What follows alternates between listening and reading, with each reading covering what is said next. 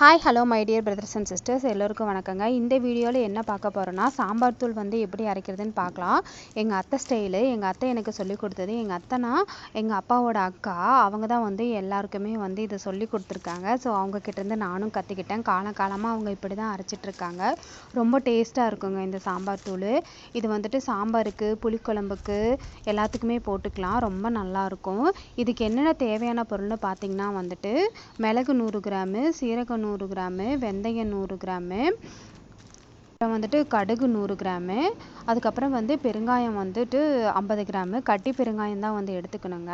இதோட எல்லாம் என்னென்ன தேவையான பொருளுங்கிறது நான் உங்களுக்கு வந்து டிஸ்கிரிப்ஷன்லேயும் தனியாக கொடுத்துட்றேன்.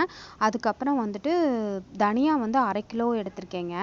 இந்த குவான்டிட்டி எதுக்குன்னா, தனியா வந்து 1/2 கிலோ, மிளகா வந்து 1/2 கிலோ, அந்த குவான்டிட்டிக்கு தான் இப்போ நான் சொன்ன மற்ற ஐட்டம்ஸ் எல்லாம்.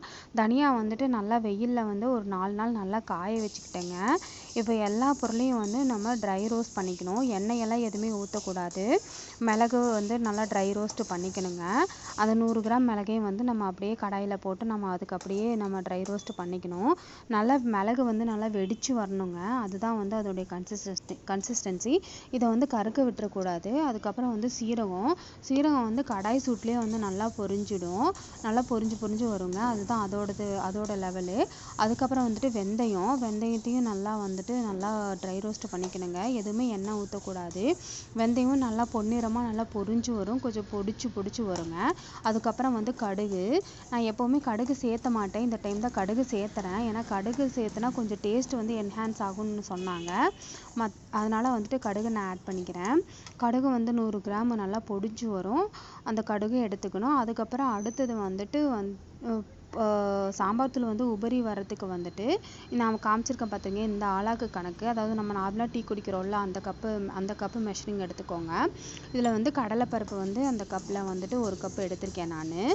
அதை வந்து அதையும் நல்லா ட்ரை ரோஸ்ட் பண்ணிடணும். எதையுமே கருக விட்டுறக்கூடாதுங்க. இந்த அளவு தான் வந்து நான் காமிச்சிருக்கேன் பார்த்தீங்களா, இந்த அளவு எடுத்துக்கணும்.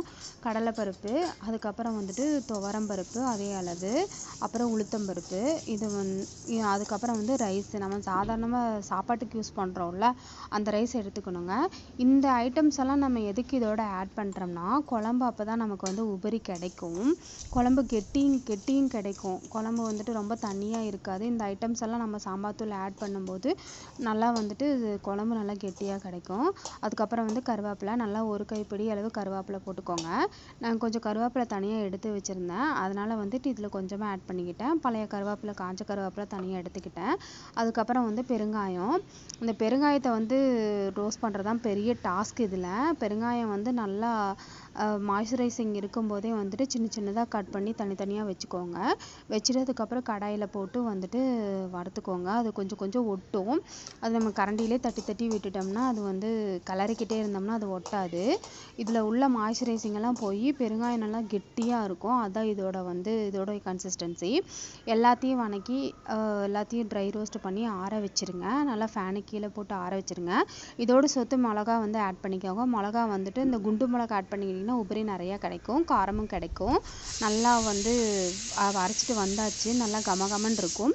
இது ரொம்ப நாளைக்கு கெட்டு போகாமல் இருக்கிறதுக்கு வந்து இதோட நைஸ் உப்பு இருக்கு இல்லைங்க, அதை சேர்த்து நல்லா கலக்கி வச்சு பேக் பண்ணிக்கோங்க. நல்லா ஏர்டைட் டப்பால மூடி வச்சுக்கோங்க. Okay, thank you, bye bye.